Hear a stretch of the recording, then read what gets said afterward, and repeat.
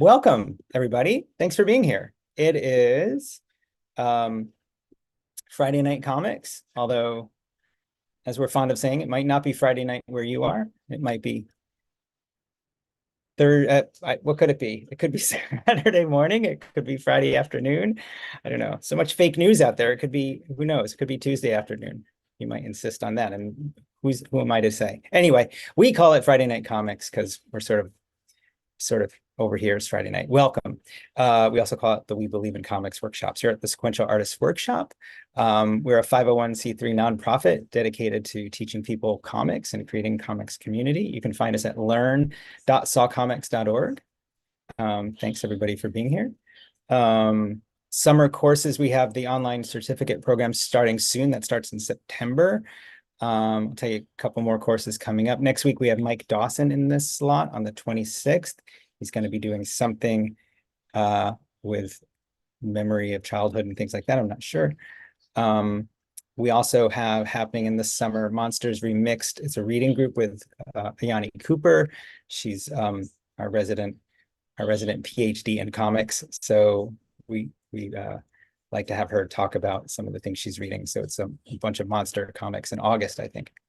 Jess Relifson also in August is teaching Bootlegger's Guide to Color, which is her way of taking a lot of shortcuts and still coming out with good color. Speaking of August, in the SAW public space, we have Sawgust happening, which is our monthly what I want to say, prompt driven, if you want, but month-long challenge that you can take. It's free. There's a bunch of people in there. It's kind of like NaNoWriMo. And all you got to do is sign up and be a part of it. And it's a fun thing that's been going on 3 or 4 years now. Anyway, so that's that. The online certificate program is enrolling, and you'll find out, I think, the next screen.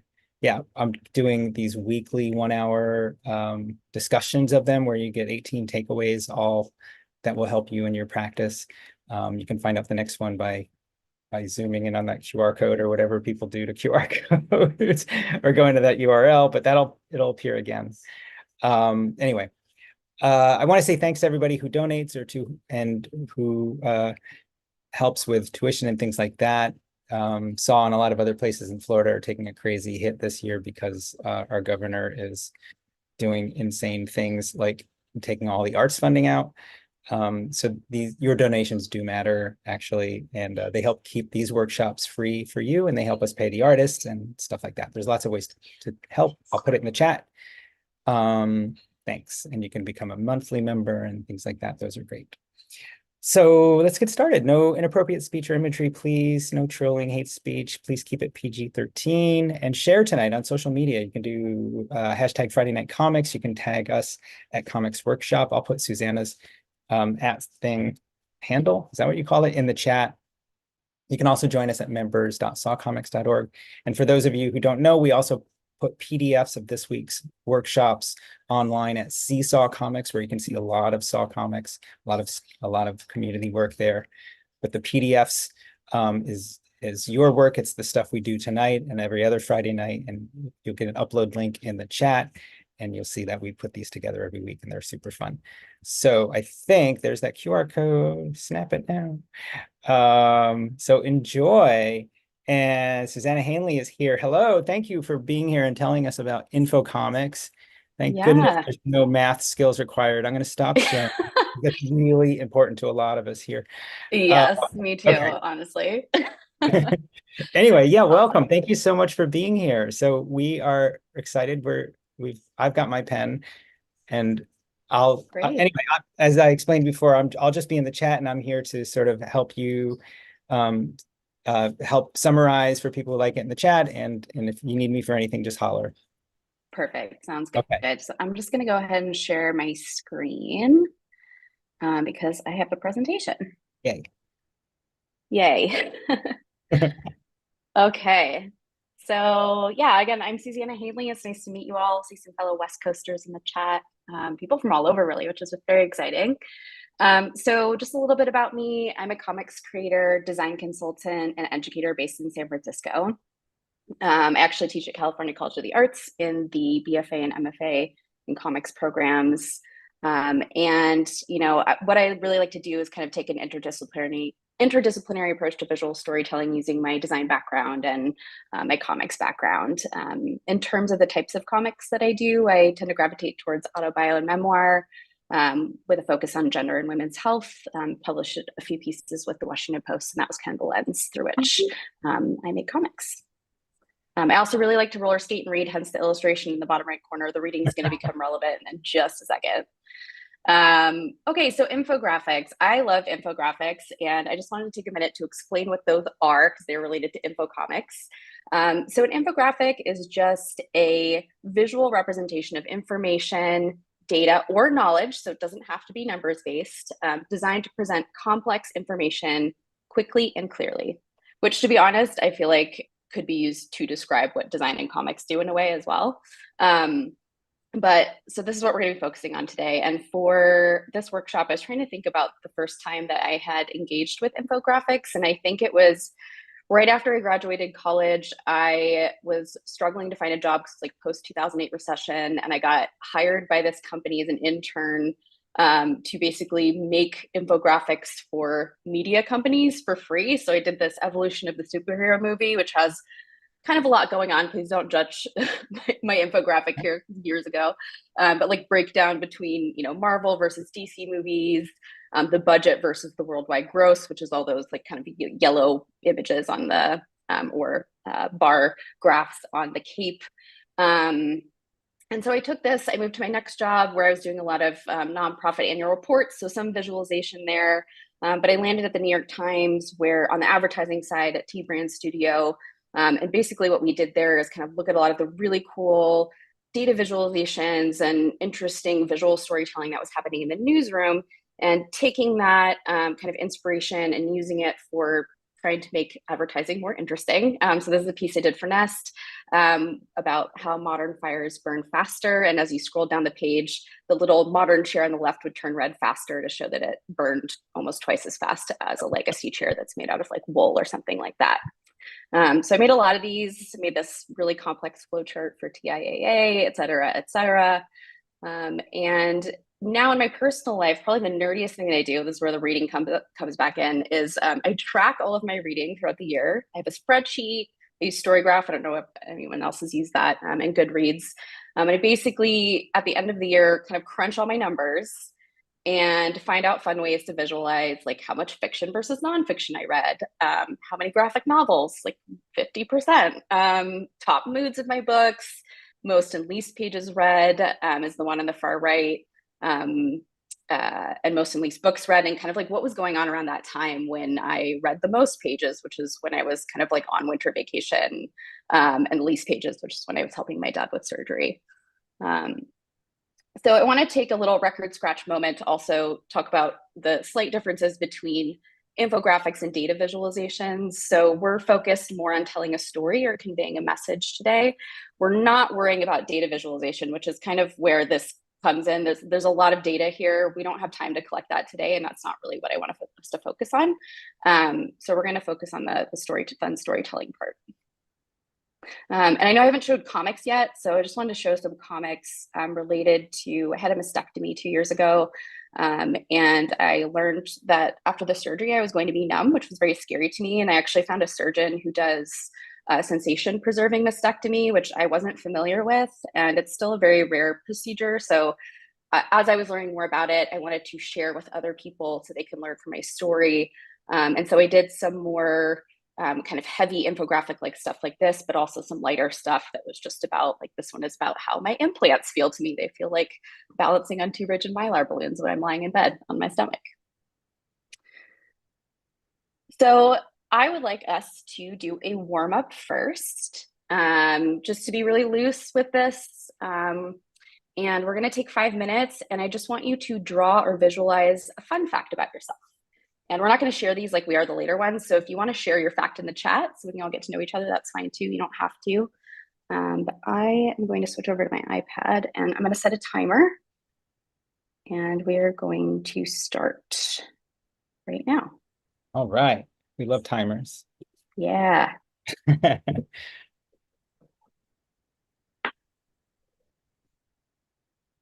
Are you going to share your iPad? Because, oh, there we go. Yes. Awesome. Let's see. So I put that in the chat. Draw or visualize a fun Great. fact for yourself. 5 minutes. Share it in the chat if you want.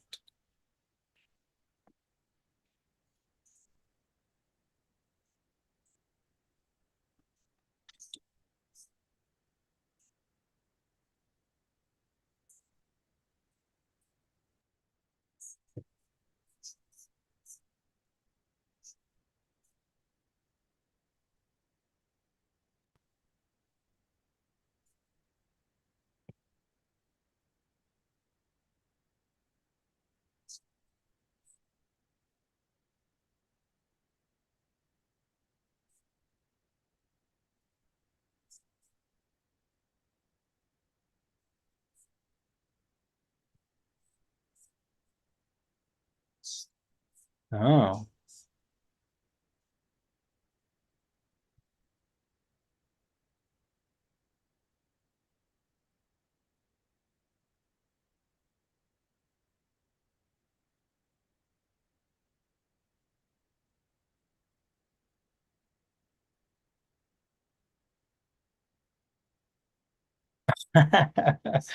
Cynthia in the chat says she once drew an Oldsmobile on the Indianapolis Speedway for one lap. Cool.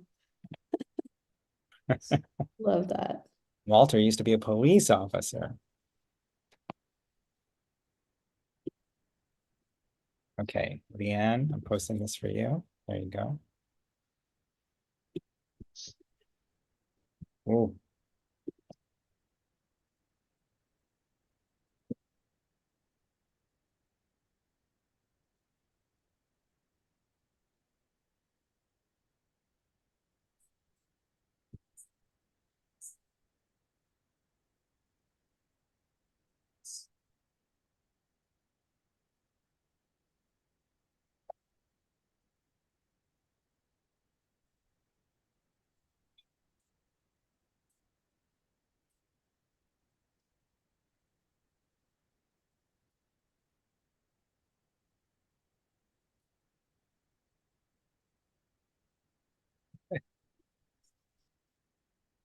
Looks like we're about halfway through. oh, good. Okay.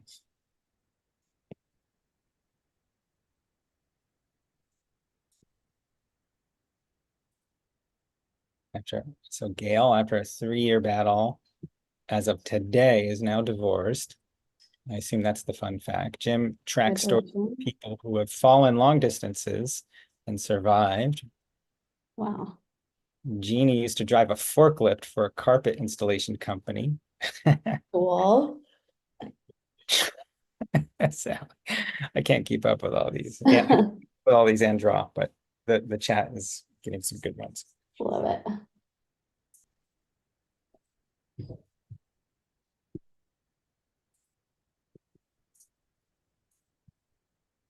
Oh my, Catherine. Oh my goodness. Glad you're okay. Yeah.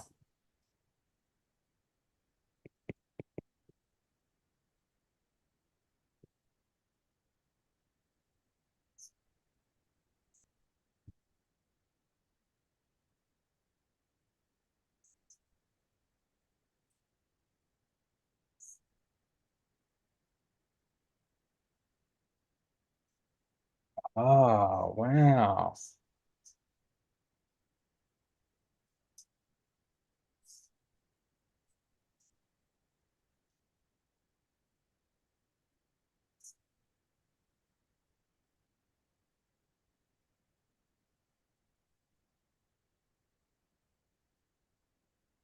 All right, we got about 30 seconds left. 30 seconds left. Wow. I eat bread at midnight. Bread is my favorite food. I don't eat it at midnight, but I do eat it other times.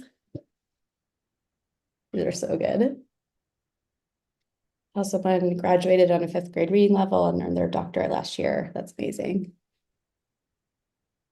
I guess in the last few seconds, I'll share mine, Yeah. which is I am the great granddaughter of Rebecca Nurse, who was killed in the Salem witch trials. You might be familiar with her from The Crucible, the Ah, play. Wow. It's also my middle name, so that's I mean, fun fact for me, not so fun fact for my ancestor, but Oh, all right, so I'm gonna stop sharing this one. should have taken a screenshot. And I'm gonna go back to sharing my presentation. Thank you everyone for sharing your fun facts in the channel. There's a lot of really good stuff in there. Mm-hmm. Okay. All right, so warm up complete, yay. All right, so what I would like to do next is just talk about the prompt so you know what's coming up. Today we're gonna make an info comic about a subject that interests you specifically. So it should look something like this. I did a little warm up last week, so I'm gonna share that with you so you know what you're gonna be doing. I love dinosaurs, so I picked dinosaurs as my subject. We're gonna make a little title that says something to introduce the comic. So I put some facts about dinosaurs. And then we're going to do 3 panels that introduce some facts. So my first one was the tallest dinosaur was 100 feet tall, and the smallest was the size of a chicken. So showing the chicken in the building for scale, or not to scale, not mathematical scale, I suppose, since we're not doing math today. My third one was dinosaurs lived in different time periods. So I have a little timeline. Stegosaurus was 150 million years ago, Jurassic period. T-Rex was 72 million years ago, which was the Cretaceous period. So they lived in different time periods until they didn't. And then I used a little Earth pie chart to show that 75% of all species were killed by the extinction event. So a little happy face for everyone that survived and a little skull for those who didn't. So we're going to be doing something like this today. And what I would like to do for maybe people that haven't done these types of visualizations before and might want to challenge themselves to do something a little bit more data-based or just think about other ways to present information, I'm going to show how some other comics artists created info panels. And I think a lot of this too is about problem solving. So there's not one way to visualize something. So the way I'm going to present these is kind of as the problem that's being solved and how that person solved that problem visually. I'm also going to share, I can share this in the chat, the list of visualizations I'm going to show. And I actually broke out the slides. So if you want to refer to them while you're working later, I'm going to share those in the chat. But I'm just going to walk through them first. So feel free to absorb. So just some simple image text combinations. I think this is one of the simplest ones. So this problem being solved was 7 things that machine learning is used for. And Dan Knott is the artist, and he used a word cloud. So machine learning is used for medical diagnosis, predicting elections, content suggestions, etc., with a little illustration in the middle. So you could do something like this. This one was artist puked every day for 6 weeks, which equals 42 pukes. This is from Lucy Knisley's book, Kid Gloves. So she just drew 42 toilets. This one, 3 types of choices to make. The artist was Kim Koo. And just visualize these 3 different decisions that they were making and showing a little mini me with each decision. So choosing a notebook, choosing dinner, choosing dessert. The third one, this one's a little more mathy, percentage breakdown of people who are vulnerable to disease. So this uses a little avatar to represent different types of people. So older people, freelancers, people who are pregnant, they each get a little avatar that represents that, that category of person, and then the percentage underneath. If you enjoy this workshop today and you want to follow someone who does really great visualizations, you should follow or check out Mona Chalabi's work, who did this one. She is a data journalist, so her stuff is very data heavy, but she has the most fun, creative ways of thinking about stuff. So I highly recommend. I have a couple more examples from her. So these are all images and text. Next one is thinking about time and space. So this artist was figuring out how to represent vulture feeding stations by country and year, which came out as a timeline. So in the 1960s, the first one opened here, 2004, this one opened here, 2018, this one opened here. They're also doing image and text relationships, a little kind of like icon-like drawings to go with each one. This one, I bet some people can guess what this is going to look like. 43 out of 50 states pay sub-minimum wage. This is going to be a map. So a map could be a country, it could be the earth, but it could be something else, it could be something a little more conceptual. I think the thing I really liked about this map is that this artist didn't feel the need to draw all the other states. So I think that actually helps show how many of them only pay sub-minimum wage. All right, now we're getting more complicated. We're getting into charts and graphs. So this one was a breakdown of how much money people made in a pyramid scheme. This is a stacked bar chart.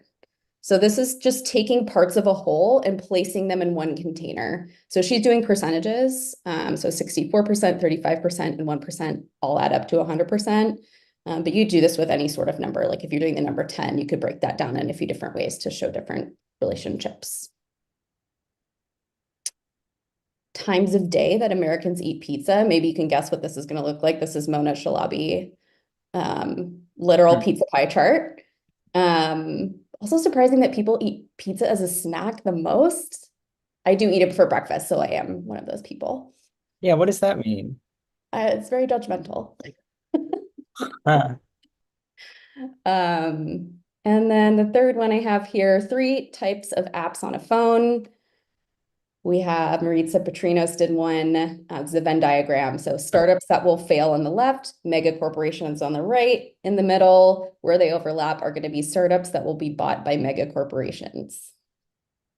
So this is another conceptual one that you could do too. If you don't want to do something like really numbers or like data-based, you could think about 2 things that have a relationship and where they overlap that might tell something about your subject. So this is kind of a more interesting Venn diagram, or like a very biomorphic Venn diagram. I actually went to the Charles and Ray Eames Institute yesterday. I don't know if anyone's familiar with Charles and Where's Ray. that? What? Where is that? They're amazing. It's in Richmond, California, like very Okay. close to San Francisco. But yeah, very famous design couple. If you don't know them, if you've heard of Eames chairs, they made those. And they have this really cool space. And there was a graphic in the gallery, and it was how they thought about what they wanted their studio to do. So they have 3 different blobs, I'm going to call them, that represented different areas. And then where they all overlap, it says, it is in this area of overlapping interest and concern of like the client and what they want and the world wants, that designers can work with conviction and enthusiasm. Mm. Yeah.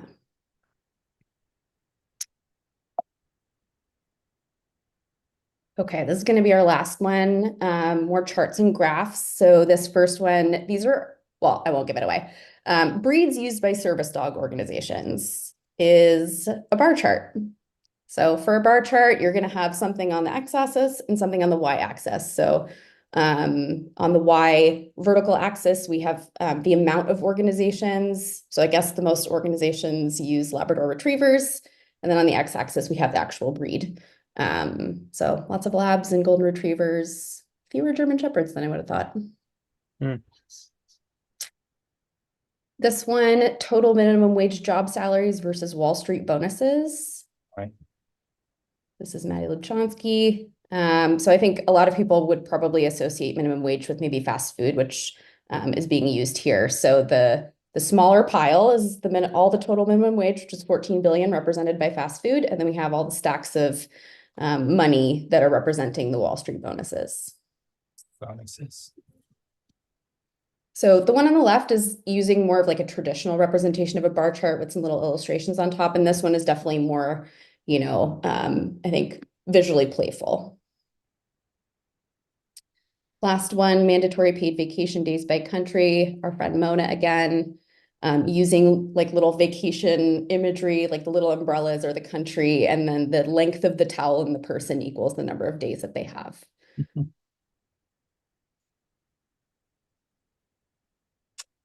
We're going to do a little pop quiz. I'm going to try and look in the chat. I want to know how many people might remember what this is, what kind of representation this is. Let's scroll down. Word cloud. Excellent. That is correct. What about this one? The diagram. Excellent. Okay, now one slightly trickier one.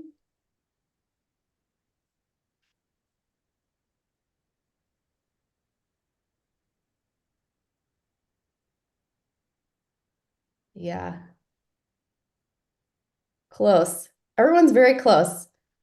So this one is a stacked bar chart because it's using those kind of totals within the map. So I know that it is like representationally, visually, it is a map, but they're not using those regions to say specific things about the state. They're using those regions to create that stacked bar chart. Yeah, exactly. Trick question. Was a trick question. Yeah. Who's gonna throw in a trick question? Make sure people are paying attention. Great, good guesses though. Okay, so this is what we're going to be doing. I'm going to walk through each step, so you do not need to start this yet. We're going to do a 30-minute 4-panel infocomic like I showed with the dinosaurs.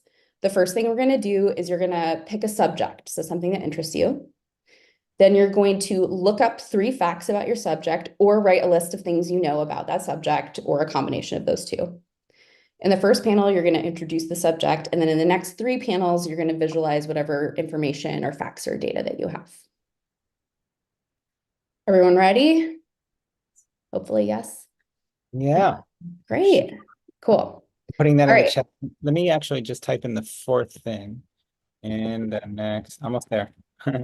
Cool. I'm going to do these one at a time. So they'll be on the screen for everyone. So Okay.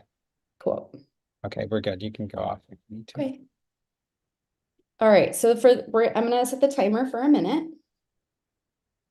And we are all going to just write down a short list of subjects that interest you.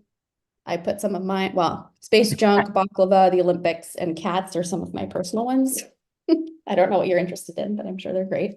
Have you already done comics on those subjects? Those are I really have not, but I would love well, I may do one in the Olympics soon. nice. Cats, yes. Other 2, no, but maybe in the future.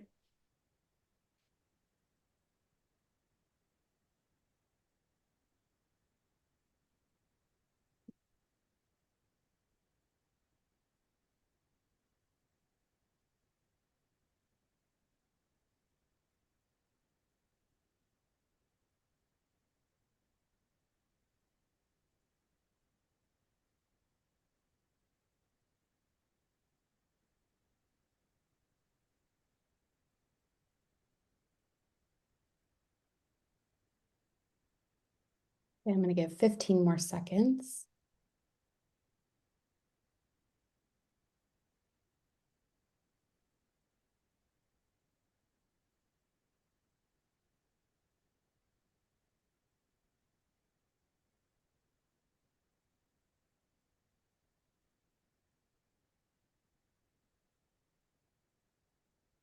Okay. All right, I'm gonna have everyone stop. All right, so on to step 2. We are gonna spend 5 minutes. And actually, you know what? Before I do this, well, no, I'll do that next one. You're gonna take 5 minutes. You're gonna pick one of your ideas first, and you're gonna make a list of 3 pieces of information about your subject. So again, this could involve listing what you already know. You could do a quick Google. Honestly, I did a lot of like facts about dinosaurs. So for example, if you picked cats, or if I picked cats, because I also like cats, maybe you could share what breeds of cats you've personally owned, like personal piece of information that you know the data set for. You could look up what the most common and least common cat breeds are in the US. I won't say what they are in case someone else wants to do that.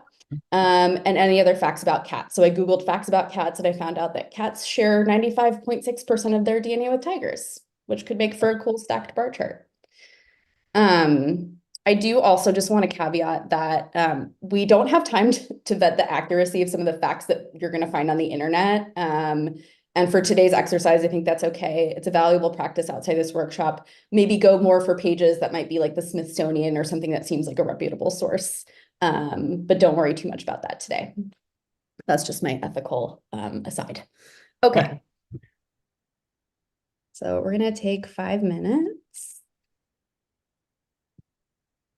5 minutes. Okay, got it. Yeah. And I'll do it with you. I saw Twisters last night, so I'm going to do mine about tornadoes.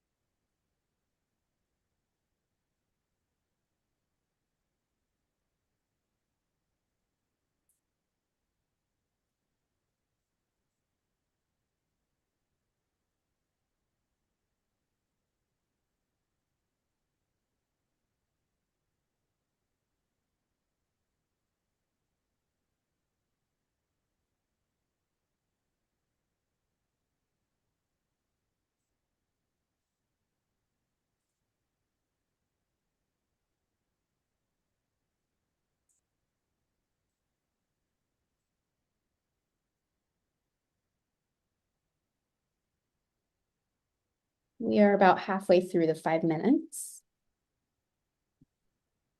Oops.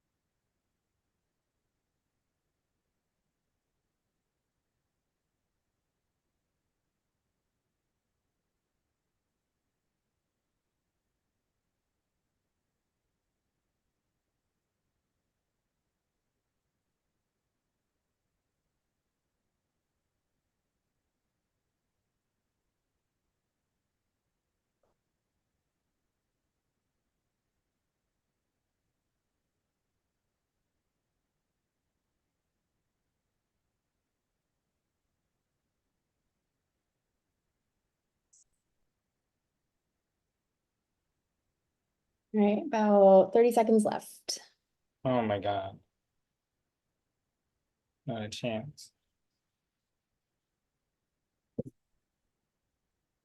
We're also we have 20 minutes to draw this out. So if you need more time to look up some facts to, pad out your panels, you can use that time to do that too.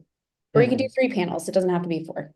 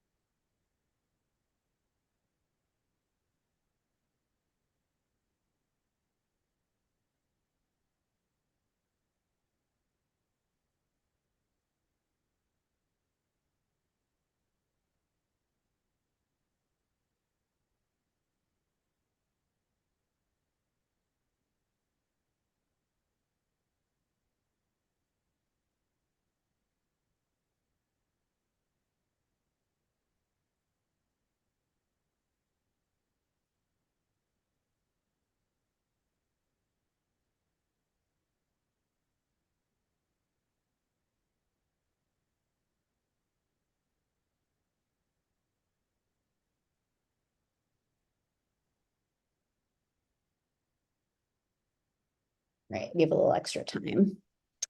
All right, so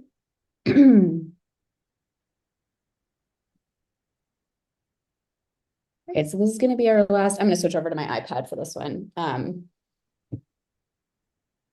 So we're going to take 5 minutes and you're just going to draw 4 panels on your page. If you're feeling very panicked about the amount of research that you were able to do or things you could think of, make it shorter. That's totally fine.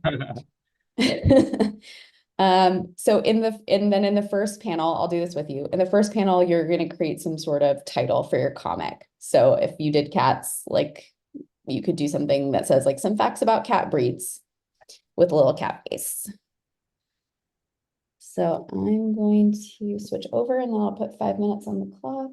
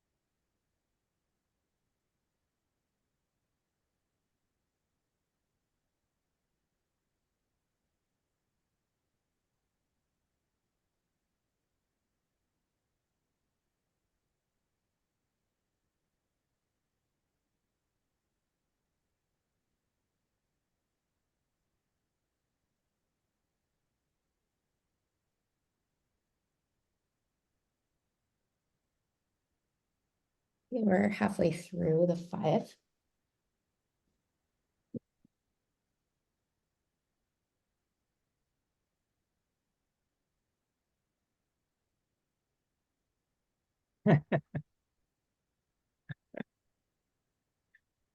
Not too different than the cat idea.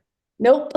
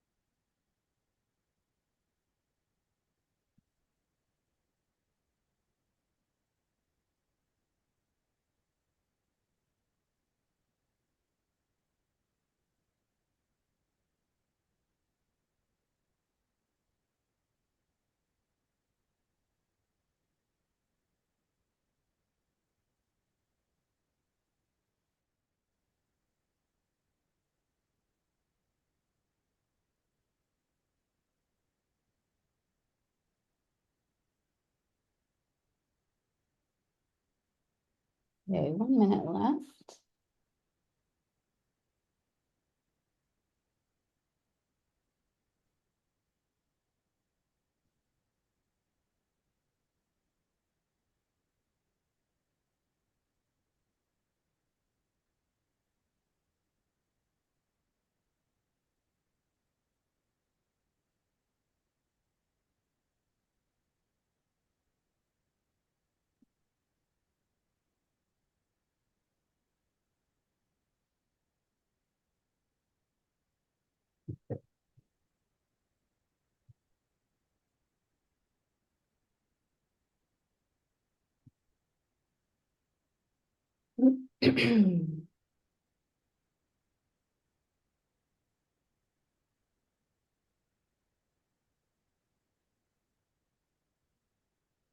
Okay, so that's 5 minutes.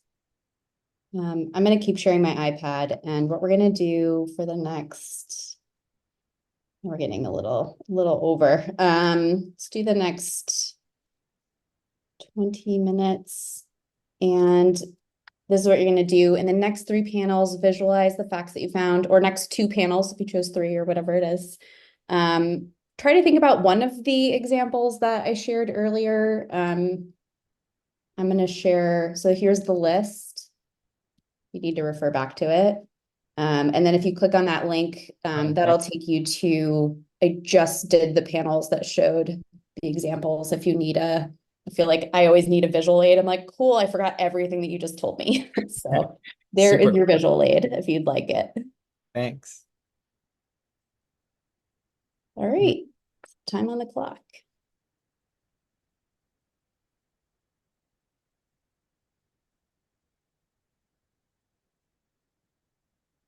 Do we get bonuses if we do all 8? Sure. No.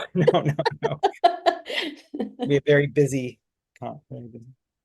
And Katie asked, how would I show something that has a really wide variance? Chemical plant uses 48 million gallons versus Reginald. I think what I would do is maybe, like, this would be my personal way of doing it, is maybe showing a giant barrel that's like 48 and then a smaller one that's 18.5 or something like that. If we were doing data visualizations, I'd have you actually crunch the numbers. The way I used to do this would be like to put something at the same scale and then adjust, like start it at 100 and then adjust each one and then resize them however I wanted to get the actual size relationship. But we don't have time for that today. So Katie, I would just find a kind of like approximate size relationship between those, one that's bigger and one that's smaller. Great question.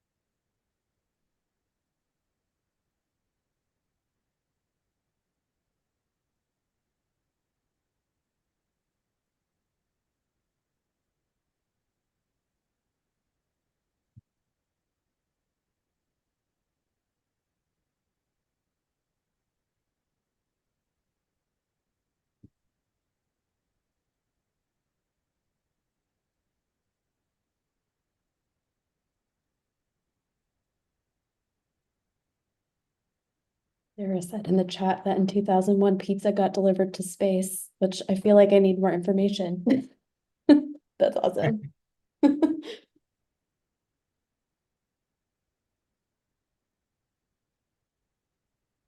anyone has questions or is struggling and wants help and wants to put it in the chat, I'm happy to take a look.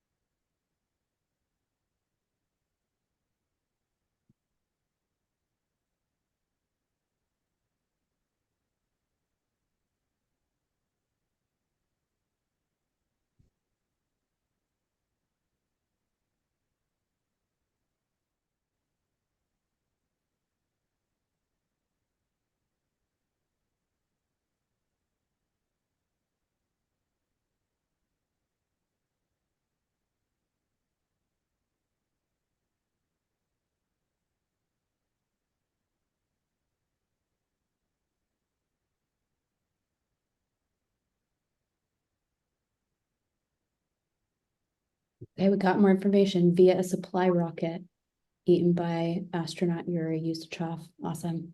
I hope they got a big fat tip.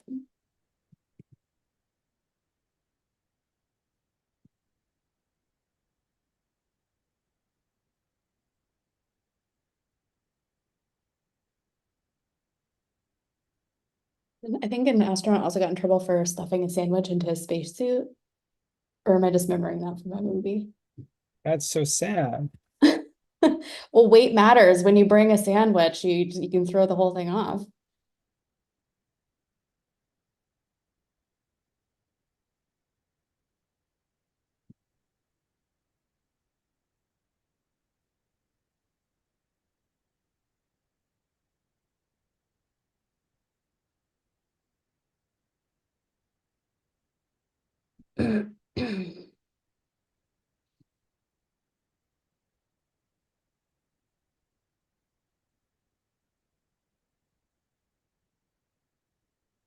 Our friend and raconteur Edgar is off to the theater. So Edgar, if you can hear me, share it at this link I'm putting in the chat and we'll get it shared.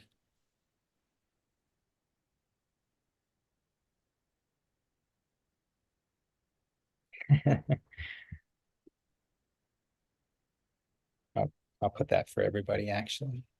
Now is a good time to.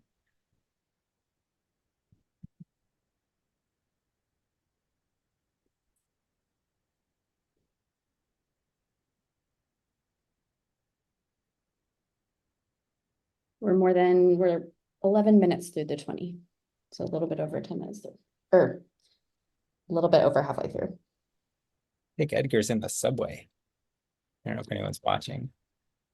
I know we're supposed to be working, but fun to watch.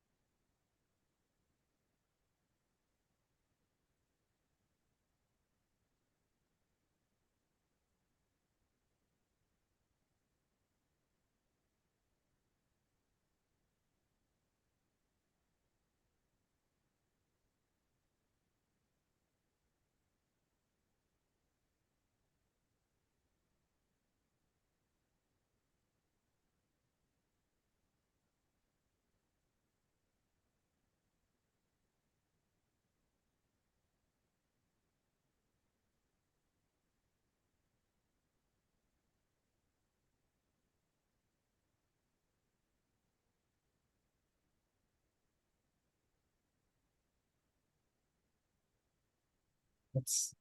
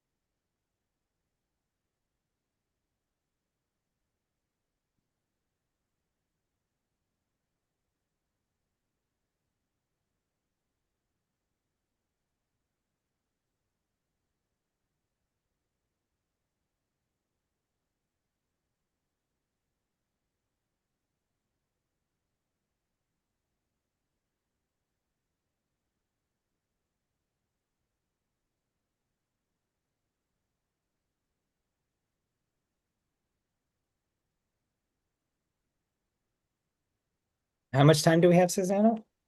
You have 5 minutes left. Okay.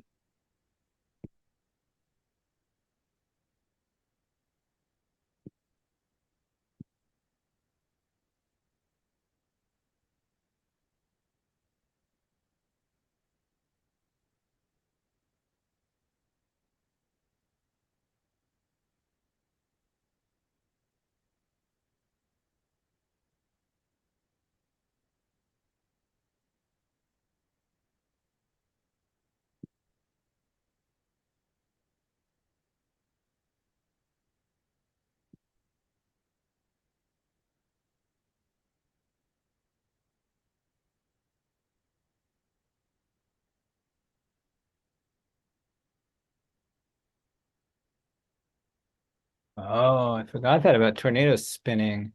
Yeah, I actually didn't know that. Isn't that like toilets? Don't toilets do the same thing? I heard that might, we should, you know what? You keep working. I'm gonna fact check that one. Great. Thanks for being our fact checker. Oh, yeah, see, Alun says the toilet thing is a myth. I heard that was debunked too. But Oh, if wait, it's about the toilets? yeah, let's find out. Oh,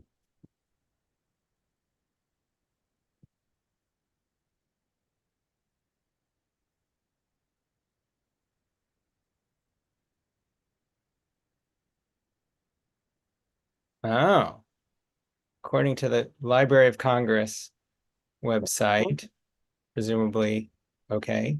Yeah. The direction water drain, actually that, I think that's an AI response. Let me see if I can get directly to the Oh, Library great. of Congress. Oof, and AI Um, Congress response. right. One can find both counterclockwise and clockwise flowing drains in both hemispheres. Um, the Coriolis force affects the flow. Oh, I should scroll up. Uh, it is the observed curved path of moving objects relative to the surface of the Earth. But it's too, a sink drain or a toilet is too small. Okay. I do think I saw that mentioned in the Smithsonian article I pulled my fact from, so that's good. Correlation is good. Agreement is good.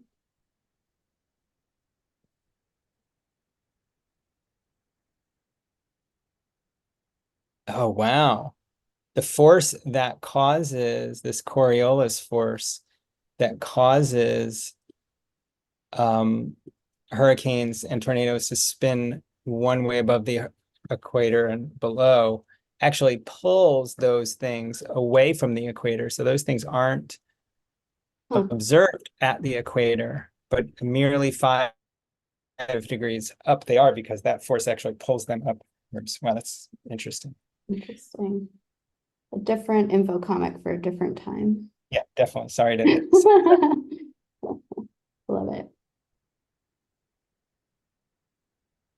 Oh yeah, Alun knows about the Coriolis force. There we go.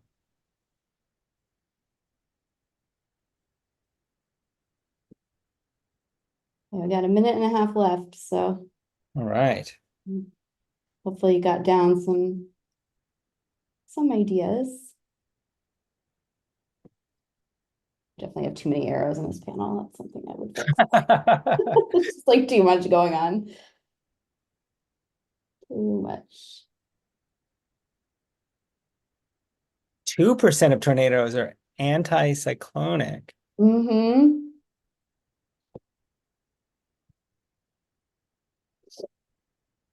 Wow. Are 2% of hurricanes also? I mean, tornadoes are much smaller. That I More. don't know. I'm not well versed in tornadoes yet, minus Twister's movie, which I don't think is a Right. reputable That's source. where the from.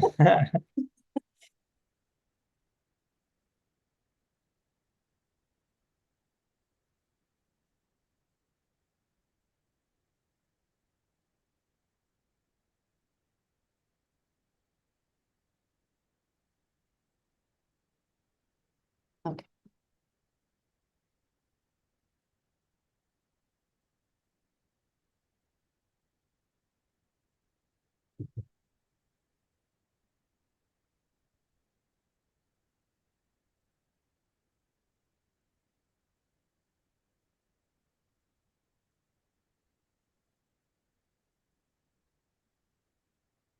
All right. I'm gonna stop finagling mine, be a good example. All right, I'm gonna turn off the timer.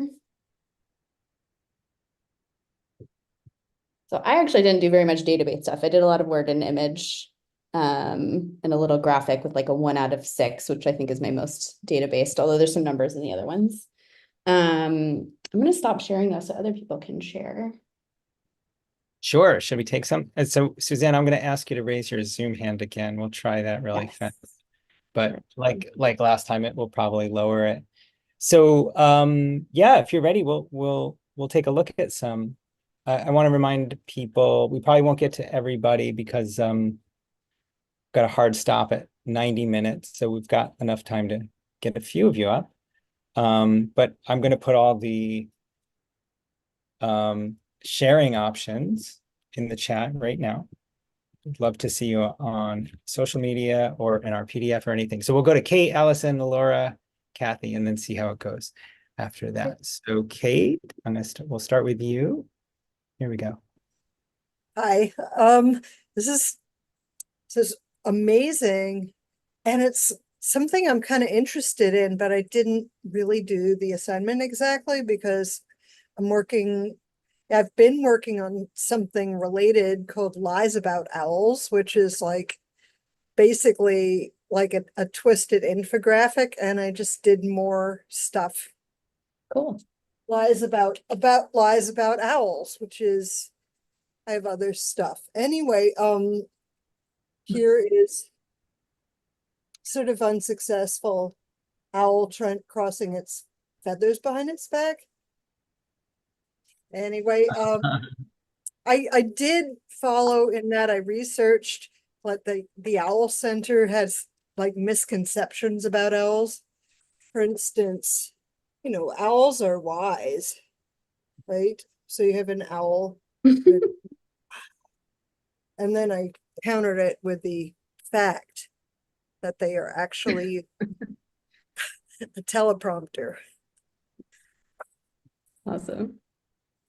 And I only got to 2.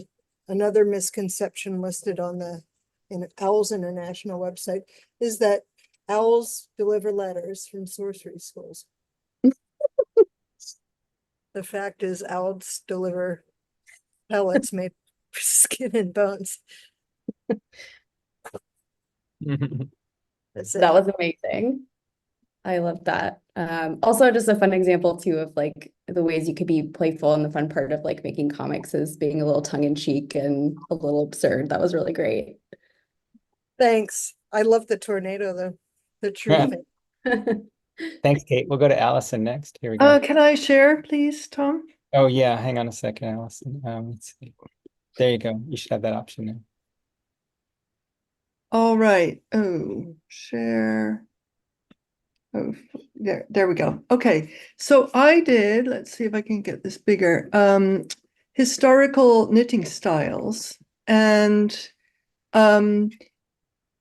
I ended up spending a lot of time working on the map of Europe, and so I didn't really end up with much data, but that a fun thing to follow up. But what was interesting to me to discover was when during colonization, settlement patterns dictated the predominant method of knitting. But since the internet and the explosion in knitting after 9/11, anything is possible. So it's the whole knitting world is just now a big mishmash, which is very exciting. Anyway, that's very cool. The map looks amazing. Oh, well, it was a bit off the cuff. Well, I only gave you 20 minutes, so I think it looks great, and I feel like I learned something. And thanks. Honestly, you did a better job of using the kind of visualizations than I did in my own. So great job. Thanks. Thanks, Allison. We'll go to Laura next, and then Kathy after that. Oh, you're blurred. Blurred. Hold on. And Blurred. Okay, mine is about Robert Caro, the writer who I love. And he loves to write a lot of pages. So I looked up the books that he's written so far. And he's working on 5 of the LBJ biography, and nobody knows how many pages that will be. I found out that Robert was the most popular boy's name in the 30s when he was born, 10 times more popular than Ralph. And then I did some word clouds of some of the prizes that he has won. So thanks a lot. Super fun. Wonderful. I love the books with the pages. That was a great bar chart. thanks, Laura. Okay, we'll go to Kathy next. I'm too busy typing, Laura, wow. So, all right, I did spring peepers. I think I wish I had mixed taken this part and put it over here where it says stage. But anyways, it says something, I don't know what it says. In the first week of April, the chorus of spring peepers begins. They are peeping to attract mates. So that, and those are big vocal sacs. So, hey, baby, and forget it, bub, and you're hot, and you want me. So that's what all the peepers are saying to each other in peeper language. And then it says, females lay eggs in vernal pools. Those are supposed to be eggs. And then eggs hatch. What does it say? Eggs hatch in 12 days and producing tadpoles. And the little tadpoles are saying, I will survive. So far, so good. And then, and transform into full frogs in 12 weeks. Phew, I made it. Only 1.5 inches long. And then more to be revealed. So cool. I actually took out, I didn't want to overwhelm everyone with options for visualizations, but there was one that I was going to include that was kind of like a flow chart graphic. And I feel like that was a really, that last panel that you had would be cool, like broken into 2 panels, like you said, and have kind of a nice flow of like how that evolution happens. Very cool. Exactly. Thanks so much. Yeah, thank you. Fun. Thanks, Kathy. We'll go to Ellen next. Okay, so again, I did mine on my computer usual. So is there any way I can share a screen? You should be able to share, Ellen. Okay, let's see. Oops, where is the screen sharing option? That's weird. I'm not finding it. Heck. Zoom's throwing all sorts of loops today, huh? Oh, there it is. Okay. All right. So yeah, I decided mine on languages. I had some other unspeds where I ended up on. So here's my title panel. Wait, we're not seeing your screen. Was it not showing up? Oh, I'm sorry. I forgot to click share. There we go. Oops. Are you seeing it now? Yep. Okay, sorry about that. So there's my title panel about the languages. And there's my hasty attempt to draw the continents in like 5 minutes. But yeah, 7,000 languages spoken today, but some continents are home to more languages than others. And I tried to make the continents like proportional to the number of languages spoken there. I'm sure the proportions are not exact. You can see Europe with only 4% is tiny. Asia and Africa are the largest because they have the most languages, although they're also Antarctica is 0%. We can't talk to penguins. Related languages are grouped into language families, some of which may contain hundreds of languages. Lenda Congo, 1410 languages, Austronesian, etc. Again, I tried to make them roughly proportional. And then there are some language isolates that don't seem related to any other languages. Sandawa, Basque, Buruk, Shasi, languages that aren't related to anything. And then worldwide, at least 50% of people speak more than one language. Some estimates put as high as 75%, and 25% speak more than 2. So yeah, I just had obviously 4 stick figures, 2 of which only have 1 word balloon, one has 2 word balloons, and one has 3, the proportions. So that's what I ended up with. Very rough art, I guess, just circles and stick figures. I guess the continent's the more complicated panel, but oh well. But yeah, these are great. Oh, I love that you're playing with like showing scale and using different ways to show that, which is with maps, bubbles, and then the stick figures at the end. It was very cool. Great job, Ellen. Thanks. Thanks. We'll go to Svabanti next. Here we go. Hello. Hi. Yeah, I did wait. I just want to. Can you see it? Mm-hmm. So I did one about Nazca lines, and I did like a small paper cut, if you can Wow. see that. Oh my God. Um, so Nazca lines are shapes and patterns made on the ground by the Nazca people. And then the second panel goes like, these are not just geometric patterns or straight lines. These geoglyphs were made by simply removing stones to expose the lighter soil underneath more than 2000 years ago. I tried to make a timeline, but I was not very successful. I just wanted to like note down what discoveries were made and what were like the theories proposed. So one of them was that it is for astronomical or calendar purposes.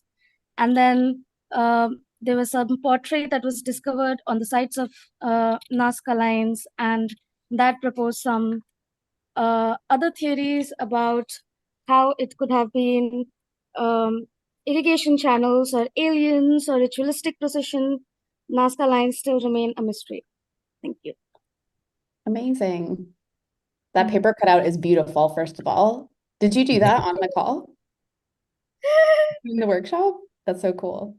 And I like that you included a time. I love the timeline. I think it was very successful and a great use of something that we looked at today. Awesome. Awesome, Thank you. Monty. Thank you. We'll go to Walter next, then William, then Chris. Oops, let's see. There's Walter. With me? Yeah. So I did a 4-panel strip on airships, Nice. and I just tried to use a consistent timeline showing different events in relation to other historical events. Cool. I mean, I can read it if you want, but I think people can read it. It's pretty big. Is it also showing the evolution of airships like over time? No, it was just Okay. significant events. I love I just decided to go that way. Very cool. Yeah, I like the idea of using other events to kind of tell the story. Yeah, to put it in a context. So Yeah. In context, Declaration of yeah. Independence. Amazing. thanks. I love this. Did you do this once before with us? This is my first time. Okay. Yeah. But glad you enjoyed. Thank you. Of course. Oops, I lost William. We were gonna go to William next, but after William, we'll go to Chris, but I gotta find William in the chat because I think they my goodness. Oh, there you are. Okay, hold on. There we go. Okay, these are all so cool. So I did 2023's top US agricultural exports. Huh. If you drive through the upper Midwest, you'll see miles of low growing crops. This is soy, which comes in at 27.72 billion, largely to China. Then I have the Midwest with plentiful plains is where beef is produced for the world. Beef valued at 9.97 billion, going primarily to South Korea, Japan, China, and more. And then I have a little drawing of the Kansas City Hereford Bowl. And then finally, we have corn valued at 13.11 billion, with nearly half going to Mexico. My little drawing of the US and Mexico. Awesome. Love a good food related infographic. That's my jam. And I learned something. Yeah, thank you. Thanks, William. We'll go to Chris next. Here we go. Thanks very much. Mine's only slightly infographic-y, and I was interested in dough. So it says, I'm a viscoelastic spheroid destined for young. And basic elements coming together. So a solid, a liquid, there's some gas involved, and then fire. I am shaped, kneaded, and rolled. And if you've ever, had a messy dough, it's kind of a messy experience. Yep. But 80% of the world eats bread, and almost 100% of the world uses dough of some kind or another. So it's just saying I am loved and eaten and dough. Nice. I really like the breakout that you made of the shapes, the dough shapes, and then the sticky hands. That's really great. Thanks I love very it. much. Great exercise. Thank you. Thanks, Chris. We'll go to Eli next, and Jim, then Emma. Hi. I did mine on the pygmy nuthatch. They are the social bird, and they live in extended family groups. And they arrive in your yard in a twittering little flock of cuteness. And then, whoops, what's going on here? And they're one of the only few species of birds that have older siblings help raise the new. So they hang around and bring them food and defend the nest. And also they are so cute. And they live in most of the United States in usually open forest. They're here in San Francisco. They're all in my backyard. So chances are, if you know what they look like, if you look at your window at the right time of year, you're going to see one. And they eat bugs and seeds that they find. They hang out. You'll always see them on trees, kind of in this shape, and walking up and down, like picking at the bark and getting bugs out. What else did I say? Oh, they don't live very long, 2 or 3 years. They weigh 1/3 of an ounce. They're very small. They're probably like this big, really tiny. And as I mentioned, they're cute as a button. That branch of birds is amazing. Yeah, I wish I could see that. I haven't seen love it. it. That's I'm gonna have to keep an eye out. I live in San Francisco, so I don't know if I've seen any pygmy nuthatches, but I'm gonna keep an eye out. I also love that you did like regions of the map instead of like coloring it in, is showing where the forests are with trees. That's awesome. Yeah, a wild random guess. This was really fun. Thanks, Eli. Okay, we'll go to Jim next. There we go. Hi. So I have a fairly dry graphic. Let me see if you can see this. That has 3 different axes that I wanted to liven up a little bit, make more fun. So I didn't go to 4 panels, but I do have 3 facts. Nice. And so one of the axes is the elapsed distance of falling. One is the elapsed time, and then the speed at which the person is falling. So this is called speed, distance, and time for an average sized person to fall, basically. And so point 1, after about, 6 seconds, you're falling a distance of about 500 feet.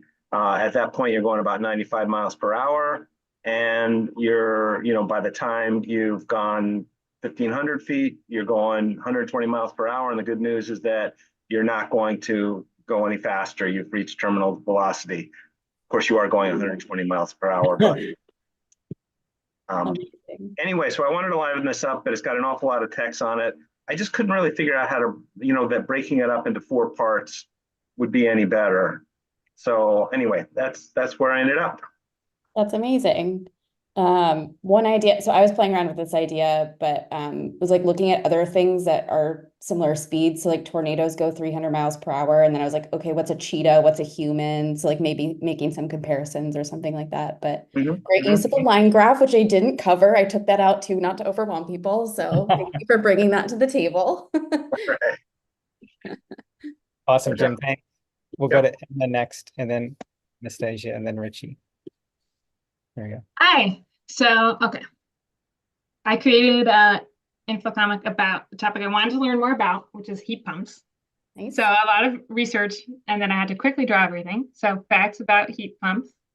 Number 1, heat pumps pull heat from outdoor air and transfer it indoors, and the reverse in hot weather.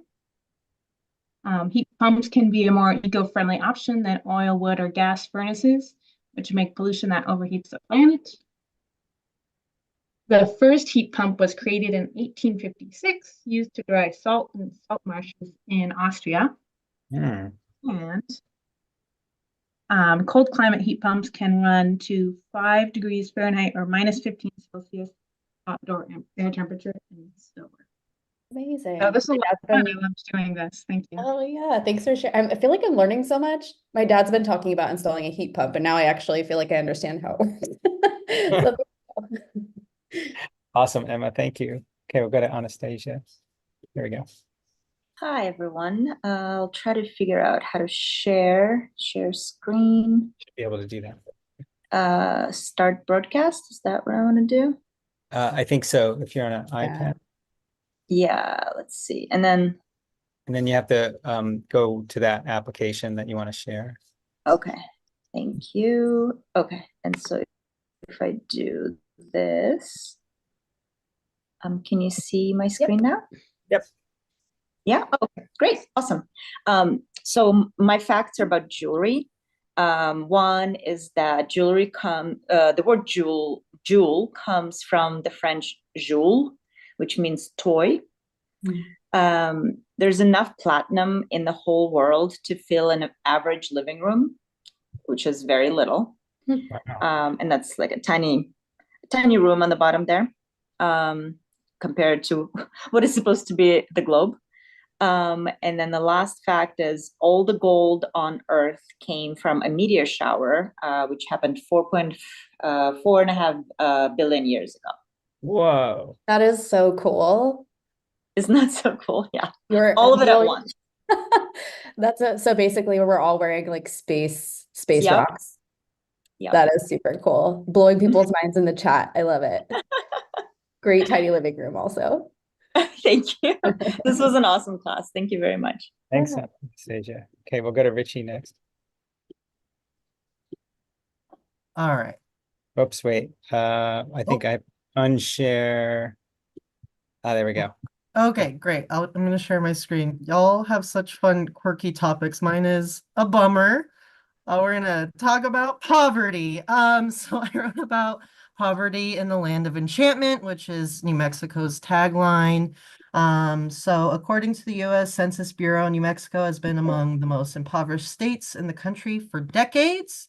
The New Mexico Legislative Finance Committee in 2023 attributed the high poverty rate to low wages, low labor force participation, and low educational attainment. The Albuquerque Journal in 2022 released a story that low literacy is tied to poverty, that a quarter of high school students do not graduate on time, and 79% of eighth graders aren't proficient in reading. And despite increases in federal governmental support from COVID, New Mexico remains impoverished due to the temporary nature of those increases and ongoing systemic issues New Mexico residents face. That's great. The little sad state in the first panel and good use of a pie chart. Yeah, that's my favorite one. Yeah, it's so great. I didn't have time to share, but I was going to share some work from Andy Warner, who also does really amazing like info comics. And this is what I was looking at one specifically around like poverty today. This is really amazing and doesn't have to be fun to share information with people. And I'm glad that you shared this. Thank you. I appreciate that. Thanks, Richie. We'll go to Gabriel next. Let's see. Gabriel's ready. Here we go. Hey, so one of my interests is comedy. So I did, you can say I drew it very small. So it's funny facts about comedy. And I got these from, some of these were from kickassfacts.com and some of them were from Cracked. So I hope they're accurate or somewhat accurate. And so first one is, the first recorded joke was a fart joke. Something that has not happened since time immemorial. A young woman did not fart on her husband's lap. And so I drew the little cave painting, because it was an ancient Sumeria. I didn't put it in the thing, but it's a little cave painting of the husband and the wife sitting together. Wife is sitting there, and of course they're looking at the dog. And the dog's like, "What are you looking at me for?" Well, it had to come from somewhere. Number two, Aristotle viewed comedy as a representation of humans being worse than they are. So I have Aristotle, and next to a picture of just a normal looking guy, and he's kind of doodled a funny face on him with, bigger ears, bigger nose, and funny hair. And the third one is comedy-based commercials generate more reruns. So I have the one on the left, which is kind of stereotypical, maybe a little dated, but like kind of spiffy 50s looking guy holding product. It says airs 3 times a day. Next to him is a clown holding the same product. It says airs 20 times a day. I'm so not surprised, but that's so interesting. What's that? I said I'm so not surprised by that, but it's so interesting to know that that's actually true. Thank This is great. I love the use of color too. Someone said they wanted a poster of the Aristotle panel, and I agree. Oh, Yep. I'll make a note of that. All right, we'll go to Matthew or Doc Hoff, as I thought I saw it before. There we go. Yeah, there we go. There we go. Mine one is on just, let's see if I can focus this in. Oh, you're gonna have to unblur, I think. Oh, there we go. I'm sorry. There we go. This is on medical waste. So 765 billion of usable medical supplies in the United States are disposed of annually. In Nigeria, case study, over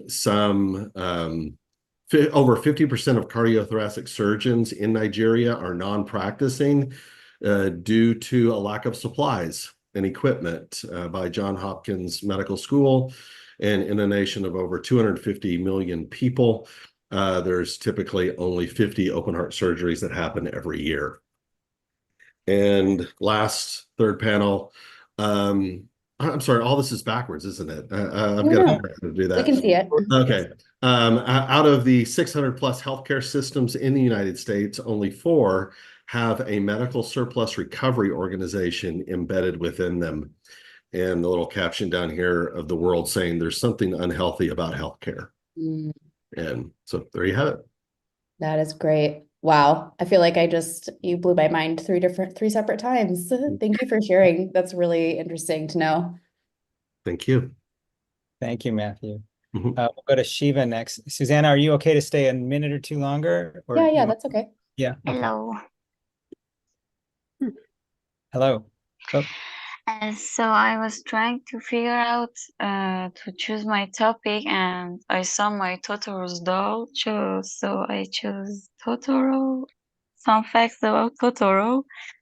Totoro is a mispronunciation of the Japanese word for troll, and it's the character of Mei that call him Totoro.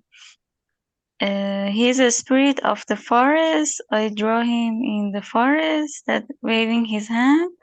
And Totoro has a distinctive roar. And that's my favorite panel. That's so cute. I love these. What great drawings of Totoro. Thank you. I didn't know that Thank about the you. name either. Very cool. Thank you. Couple more. We'll go to Christian Meredith Dolly really fast. Here we go. Thank you, Shiva. If Christian, yeah, are you there, Christian? Yeah, right there.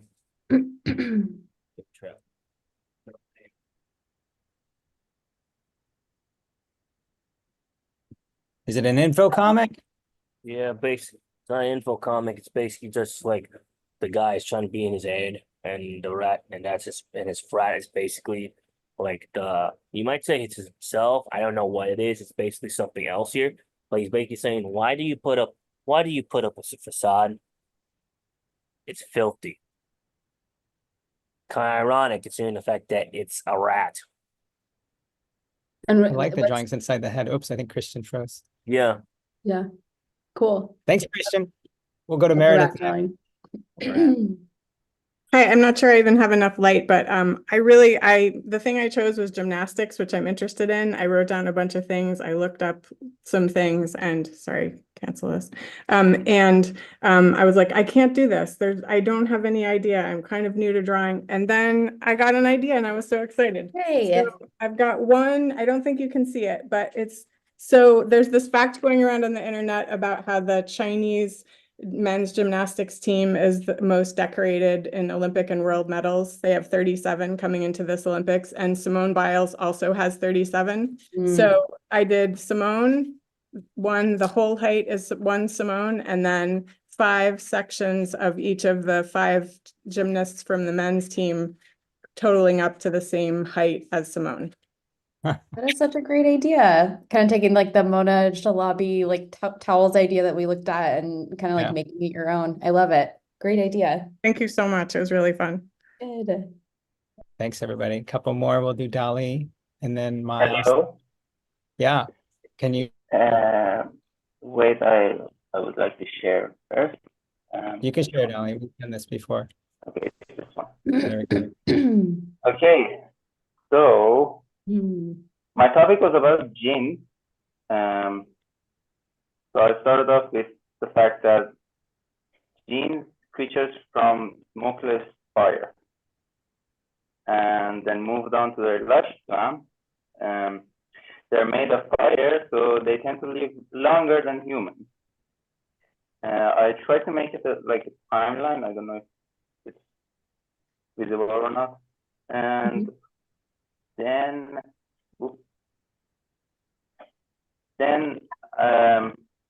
I stated the fact that they can appear in three forms: bird-like, human-like, and four-legged. And then their food. And also, they love rice. I love it. I love the word and image with like the three different forms. It's a great panel. Which one? All right. Thanks, The third Dolly. one. Thank you. I didn't know that about rice. That's interesting. Okay, I didn't know either. I was surprised. we'll go to Miles next. There we go.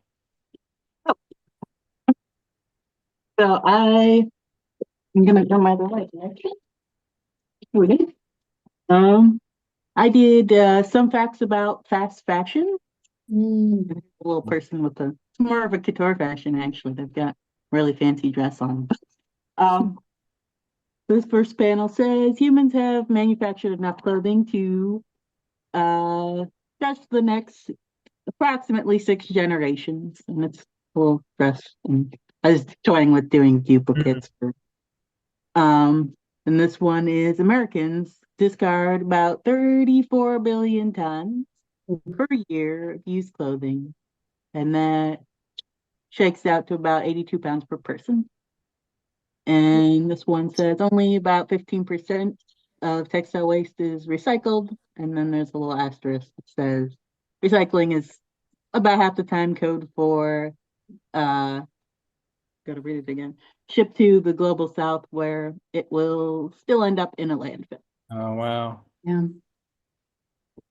Learned a lot from this one too. I love that panel with the receding clothing representing the generations. That's very cool. Yeah, I see add that at the end, so I might fix that. Thanks, Miles. Thank you so much. Okay, we'll go to Judith and we'll finish with Marlene. Thanks, everybody, for being here. I'm going to share the screen because what I did is very tiny. Hold on for a second. Let's see if I can do this. Do you see that? Yep. Okay, so I want to just say, I know we're in a hurry, but I can't tell you how valuable this evening was. It's like, I don't know if any of you are familiar with AA meetings where people only speak for 3 minutes and you think, how could that possibly be useful? But in fact, in these very quick things, it's amazing what comes up. So I chose for my topic about suicide, which is something that interests me greatly. And I did a whole thing that says suicide has always interested me. I considered it as a good solution. I don't know if you could see that. It's very tiny. I considered it as a good solution to sadness and night terrors when I was 7. My best friend from 3rd to 6th grade, her father committed suicide, but her mother said it was an accident. But my friend, when we would walk to school, told me she knew it wasn't. And then I found out after way later, as part of my family secret stuff, that my father's father committed suicide, and he never mentioned it, never talked about it once.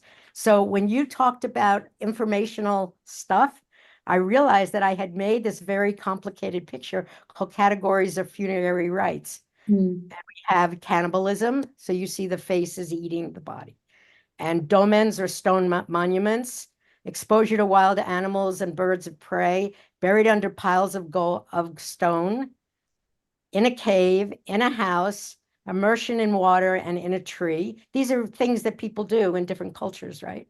On a platform, in an urn, in a contracted position, in a niche, concealed burial, eliminating any external mark, and then cremation, which I have no idea why I didn't share. I mean, I didn't draw.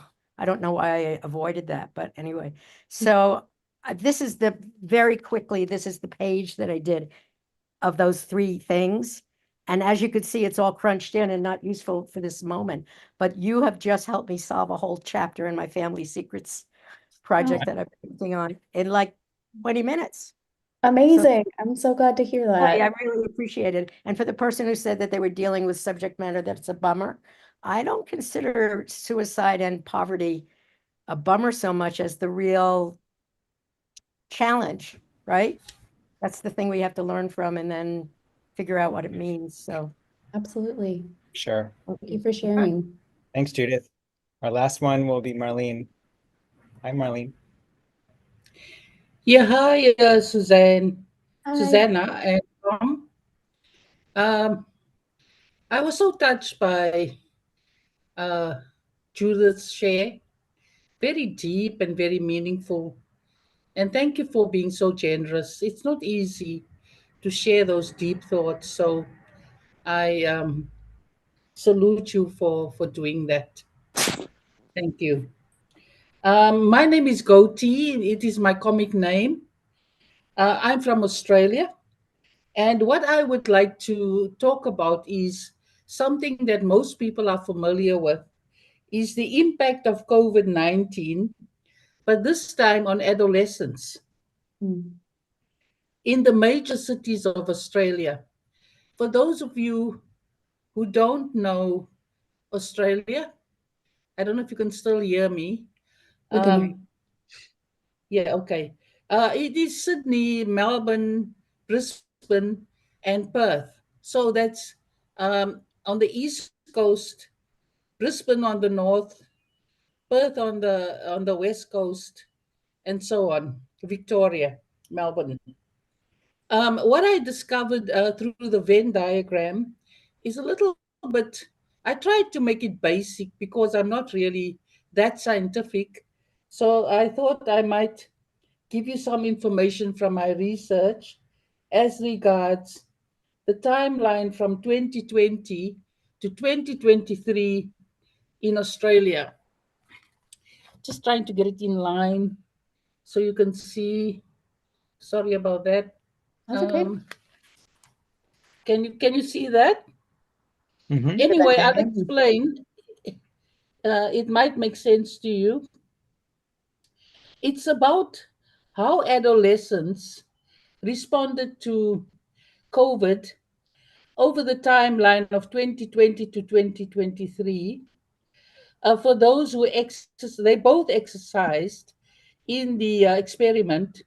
Some slept, but some slept and did screen time mostly. And then the non-participants in the equation. And so I saw, and that's because of what you sort of asked us to do, is to look at how many of them exercised and slept. 64 to 88% exercised and slept. Those who exercised screen time and slept a little was a minuscule 9.58%. And then the others did not participate. So the comprehensive total was 100%.